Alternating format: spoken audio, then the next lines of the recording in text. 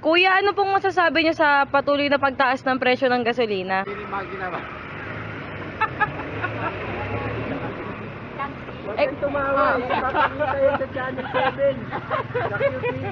May ilang tinatawanan lang ang usapin tungkol sa pagtaas ng gasolina. Pero kapag usaping pamilya na, naiiba na ang istorya. Sobra po ba ang nagiging apekto sa inyo nung pagtaas ng gasolina? Oo naman. Kasi yung dinadagdag namin sa pangkarga namin ng diesel, dapat sana para sa pamilya na namin. Imbes na iuuwi nila ang perang kinita sa kanilang tahanan, ipangbabayad pa nila ito ng boundary at ang malaking parte ay napupunta sa gastusing panggasolina. Kuya, ano ba yung reaction nyo kapag nagtataas yung gas? Siyempre hirap dahil nga sa pagtaas ng diesel, una malaking kahirapan sa mga driver. Lalo na ngayon sa tuloy-tuloy yung pagtaas ng mga diesel. Hindi naman kasi nagbababa, di ba? Opo. Kuya, nasusuportahan niyo pa rin po ba yung pamilya niyo kapag ganun? Oo, sapat pa po. Mahirap niya. Mahirap suportahan dahil marami rito, una-una, mahirap ng buhay, mahirap ka rin ng kita, number one.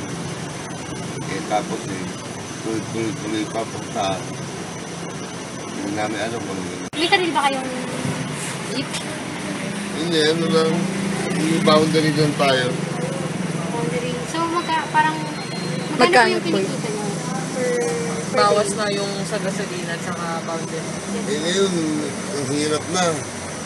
May kita na lang kami ng 300. Kuya, ano po ang gusto niyong iparating? Sana bumaba ang diesel.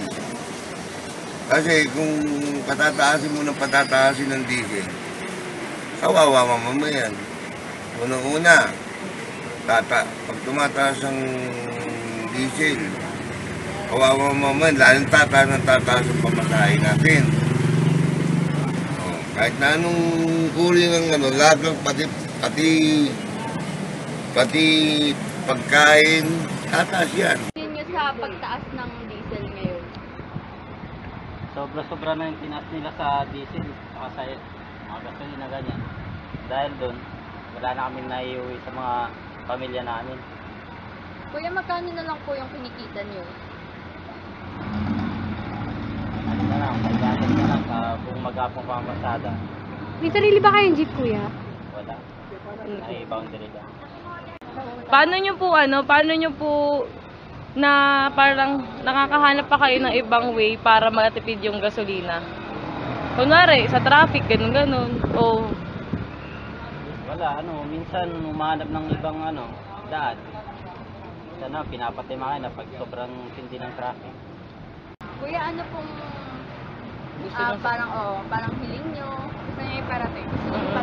Sana tanggalin na yung oil deregulation law para makontrol yung pagtaas ng o kaya yung presyo ng langis. Hinihiling nyo po ba magtaas yung price ng pamasahe sa jeep? Hindi naman, basta babaan lang yung presyo ng gasolina. gasolina. Kasi apektado rin kami pag nagtaas ng pamasahe. Naman kami, namamasahe rin kami sa kapatid namin, mga anak, gano'n. Tuloy ang pagbabago ng presyo ng krudo. Habang tumataas ang presyo ng krudo, nagsisikip ng sinturon ng mga tsoper. Hindi nila hiling ang pagtaas ng pamasahe, kung hindi ang pagbaba ng presyo ng panggasolina.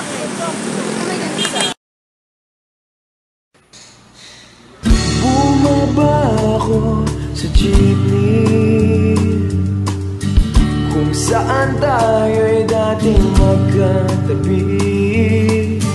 Magkakalik ang pisngi natin dalawa.